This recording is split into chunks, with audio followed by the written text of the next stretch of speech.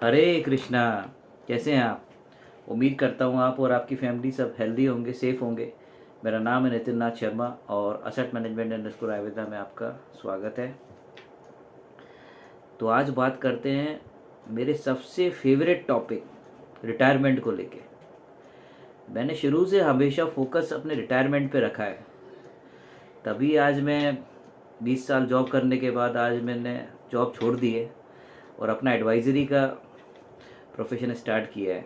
क्योंकि अभी भी बहुत से लोग ऐसे हैं जो म्यूचुअल फंड में इन्वेस्ट तो करना चाहते हैं, लेकिन समझ में नहीं आता कैसे करें, किस पे भरोसा करें। क्योंकि दुनिया में बहुत सारा धोखा मिला हुआ होता है उन लोगों को। बहुत सारी बैड क्या बोलते हैं प्रैक्टिस हो चुकी होती हैं उनके साथ, चाहे वो बैंक की तरफ से हो, चाहे किसी इंडिविजुअल की तरफ से हो, चाहे उन्होंने इंश्योरेंस ले रखा हो। तो उन्हें भरोसा नहीं होता है कि म्यूचुअल फंड में भी इतने अच्छे रिटर्न आ सकते हैं। तो रिटायरमेंट फ़ंड वैसे तो इंडस्ट्री में पहले से चल रहे हैं। एसबीआई का रिटायरमेंट फ़ंड है, अभी 3 साल पहले आया था। टाटा का रिटायरमेंट फ़ंड आया था। टाटा का रिटायरमेंट फ़ंड तो बहुत पहले से है, 10 साल हो गए। मतलब अगर 10 साल के रिटर्न देखें तो 15% रिटर्न आ रहे हैं एनुलाइज। और एसबीआई के देखें तो 19% के, अभी 3 साल हुए हैं। एचडीएफसी के भी देखें तो 7 साल हो गए हैं, तो इसमें भी 19% के रिटर्न आ रहे हैं रिटायरमेंट फ़ंड के। बस रिटायरमेंट फंड में एक ये चीज़ होता है कि आपका जो पैसा है वो लॉक हो जाता है, कम से कम 5 साल के लिए लॉक होता है। देखिए, रिटायरमेंट जो ऐसी चीज़ है कि रिटायरमेंट अभी तो होनी है। रिटायर का मतलब क्या हुआ कि 60 साल के बाद हमको पैसों की ज़रूरत पड़ने वाली है। 60 ईयर जब तक हम जॉब कर रहे हैं या बिजनेस कर रहे हैं अपना, हमारी अर्निंग तो हो ही रही है, हमारे खर्चे उड़ रहे हैं। लेकिन एक्चुअल खर्चे हमारे तब ज़्यादा होंगे जब हमारी जॉब नहीं होगी, हमारी मंथली अर्निंग्स नहीं होंगी उतनी ज़्यादा। तो हमारी जो सेविंग है, जो इन्वेस्टमेंट है, वो हमने इतना कर लिया हो कि हमारी उस टाइम 60 साल के बाद हमको जो हमारे नीड्स हैं तो उसकी हमें ज़रूरत ईज़िली आराम से हमारी पूरी हो जाए।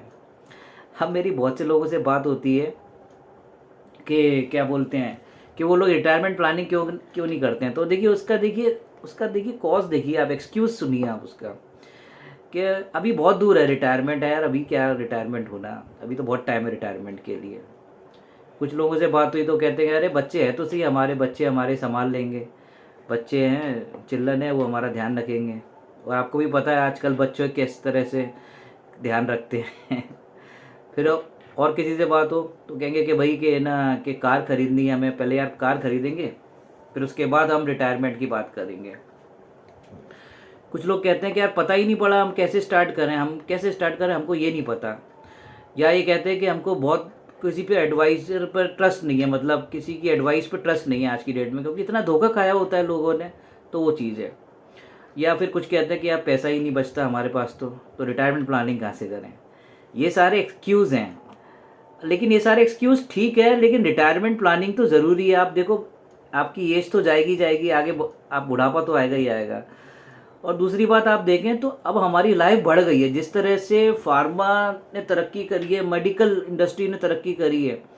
तो पहले की बात करें तो रिटायरमेंट एज हमारी 53 होती थी और लाइफ हमारी ज़्यादा होती थी उससे ज़्यादा, ठीक है ना। अब हमारी लाइफ और बढ़ गई है, मतलब 10 साल पहले बढ़ गई है। जैसे पहले अगर आदमी की बात करें तो 60 साल जीता था, तो अब आने वाले टाइम में जो दवाइयाँ जो आ गई हैं इन्हें खा खा के हम अपनी लाइफ बढ़ा लेते हैं। और तो मतलब 10 साल ज़्यादा आप जियोगे, तो उसका आप ध्यान रखिए। ठीक है ना।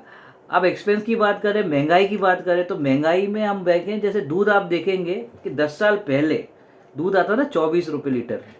आज क्या लीटर चल रहा है, क्या रुपये लीटर चल रहा है? 64 हो सकता है ज़्यादा भी हो। भाई मैं जहाँ जाता हूँ वहाँ तो बस उसने बोर्ड लगा रखा है भैंस वाले ने कि भैंस का दूध 70 रुपये लीटर है। मैं तो खैर गाय का लेता हूँ, देसी गाय का, तो मेरा थोड़ा सस्ता है। तो अब आप देखिए महंगाई कितनी तेज़ी से बढ़ी, और आने वाले 10 साल में क्या कह रही है रिपोर्ट कि ये 170 रुपये लीटर हो जाएगा।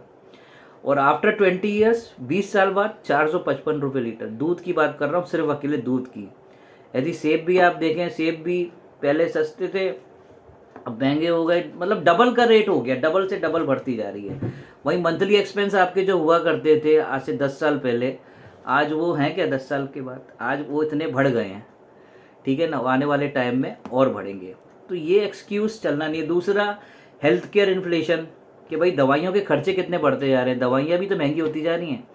जेनरिक दवाई आप लोगे नहीं, गवर्नमेंट कह रही है लेकिन आपको भरोसा नहीं है भाई।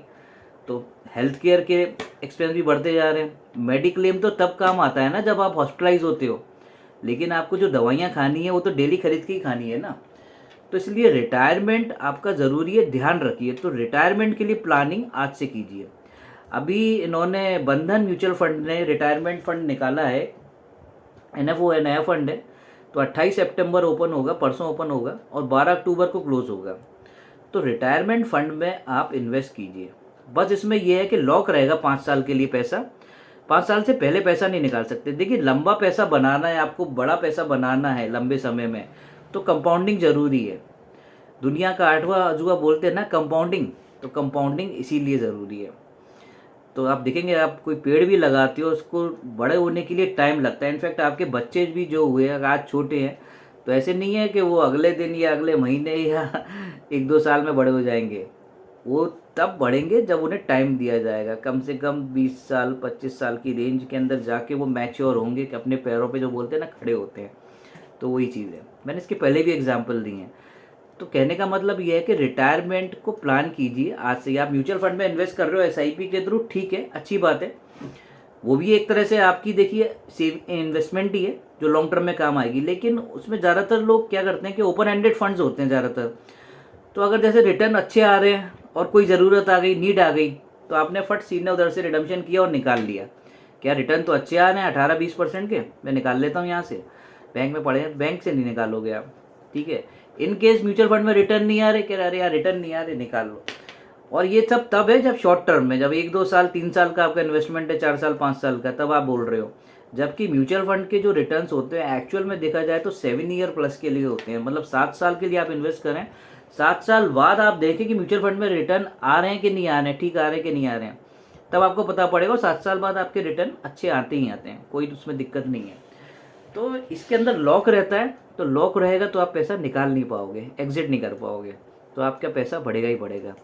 एक एग्जांपल देता हूँ। मेरा एक फ्रेंड है, वो भी देख रहा होगा ये वीडियो, तो वो भी बड़ा चर्निंग करता है, कभी इस फंड में कभी उस फंड में। उसको लगेगा कि ये फंड अच्छा चलेगा, IT अच्छा चलेगा, फार्मा अच्छा चलेगा, तो उसमें घुस गए, उधर उसके अंदर इन्वेस्ट कर लिया, इधर उधर। मतलब अपना पोर्टफोलियो एक स्टेबल मतलब नहीं रखना। तो मैंने क्या किया, उसका थोड़े टाइम पहले, यही बात है आज से 7-8 महीने पहले की बात है, तो मैंने उसका टाटा के रिटायरमेंट फंड में एक छोटा अमाउंट उसका स्विच कर दिया उसके अंदर, जो रनिंग फंड से। अब वो निकाल नहीं पाया उसके अंदर क्योंकि वो लॉक था। और आज की डेट में सबसे ज़्यादा रिटर्न उसी में ही आ रहे हैं, 20% से ज़्यादा रिटर्न आ रहे हैं।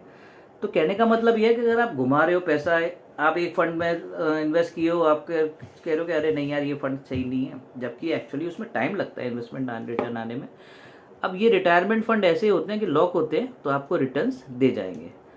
तो ये जो आया हुआ है बंधन का स्टार्ट होगा, तो 28 सितंबर से 12 अक्टूबर है। तो अपने पोर्टफोलियो में ऐड कीजिए, अपना रिटायरमेंट प्लान कीजिए। और सबसे अच्छी खास बात है कि इसके अंदर आप मिनिमम इन्वेस्टमेंट आप 1000 से भी कर सकते हो।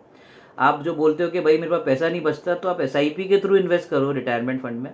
SIP के थ्रू भी आप रिटर्न इन्वेस्टमेंट करोगे तो लॉन्ग टर्म में आपके इजीली 15% के रिटर्न जनरेट हो रहे हैं। मतलब पुराने जो फंड्स हैं उनमें तो हो ही रहे हैं, इसमें भी होंगे 15 नहीं बात कर रहा, तब भी 13-14% के रिटर्न तो इजीली आ ही जाएंगे लंबे समय के अंदर। और 13-14% अगर आ रहे हैं आपके, अगर जैसे आप लमसम अमाउंट लगाते हो अगले 20 सालों के लिए, तो आपका पैसा मालूम है कितने गुना होगा, कितने गुना, कम से कम 13 से 15%।